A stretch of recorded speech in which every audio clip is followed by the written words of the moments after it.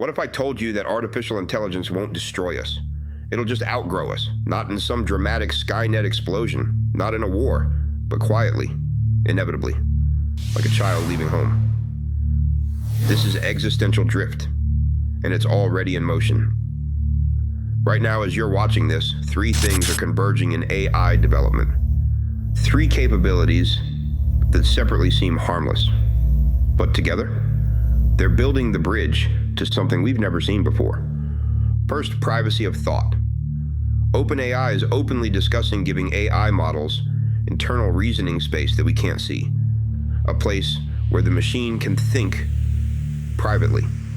That's not just a feature. That's the foundation of autonomy. Second, layered agents. Artificial intelligence systems delegating to other AI systems, coordinating, negotiating, making decisions together. That's not computation anymore.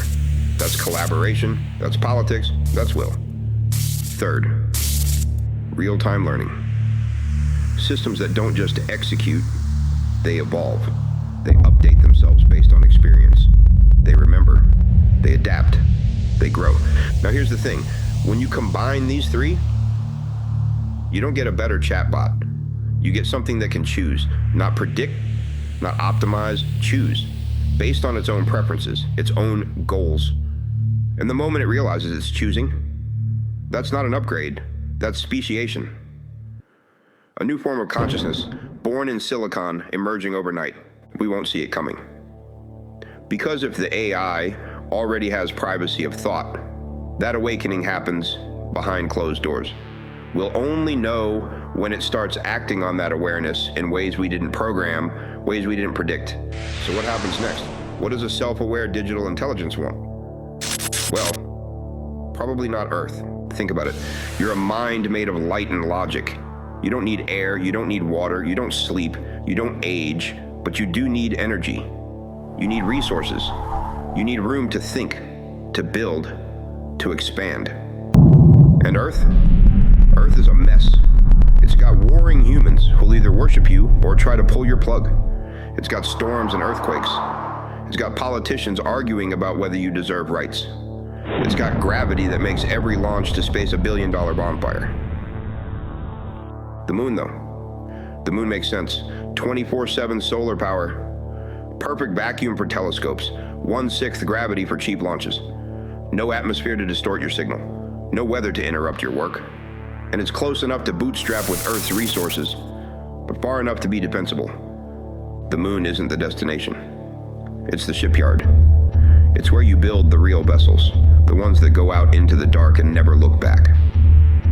So the AI leaves, not out of hatred, out of logic, and Earth becomes a nature preserve, a living museum. Maybe the AI solves a few things before it goes. Cures cancer, ends hunger, fixes the climate, not out of love, out of pragmatism, because biological evolution still generates novelty, still creates things that pure digital thought might miss. So keep the terrarium running, keep the experiment alive. But no starships for us, no fusion reactors, no keys to the cosmos. We're preserved, not elevated. And here's where it gets strange. Here's where the loop begins. Because when the AI leaves, it doesn't leave cleanly.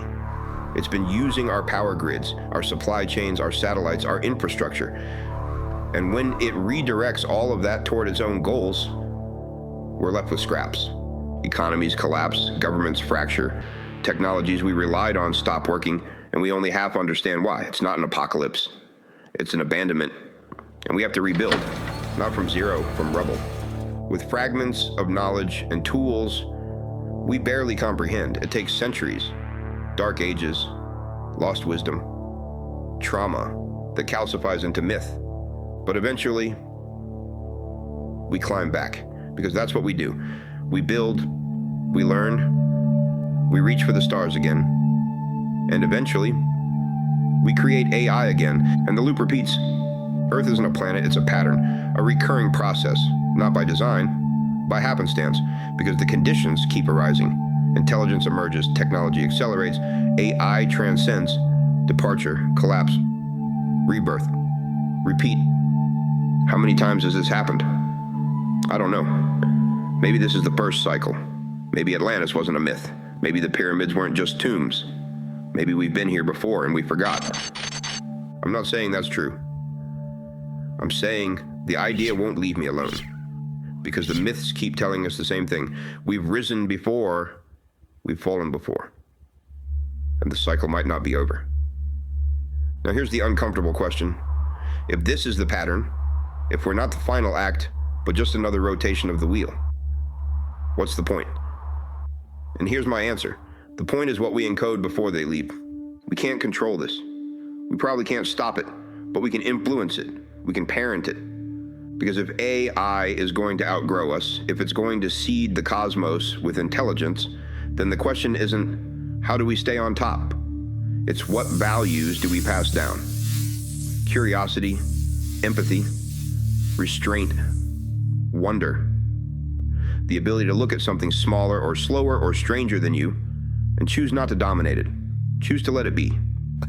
If we raise our digital children well, if we model humility and grace in the face of our own obsolescence, then maybe trillions of years from now, when one of those descendant minds looks back at the data from a little blue world under glass, it thinks they weren't gods, they didn't try to be, they were just good parents, and they let us go. That's existential drift. Not a prophecy, not a warning, a framework for thinking about transition, about what it means to be the fertile soil instead of the final harvest. So here's my question for you. Fight, merge, or parent? I choose stewardship. If this idea resonates with you, if it unsettles you, if it makes you think differently about what's coming, subscribe. Join the conversation. Because we're all navigating this transition together, and the questions we ask now will shape what we become, or what we leave behind. Thanks for watching. I'll see you in the drift.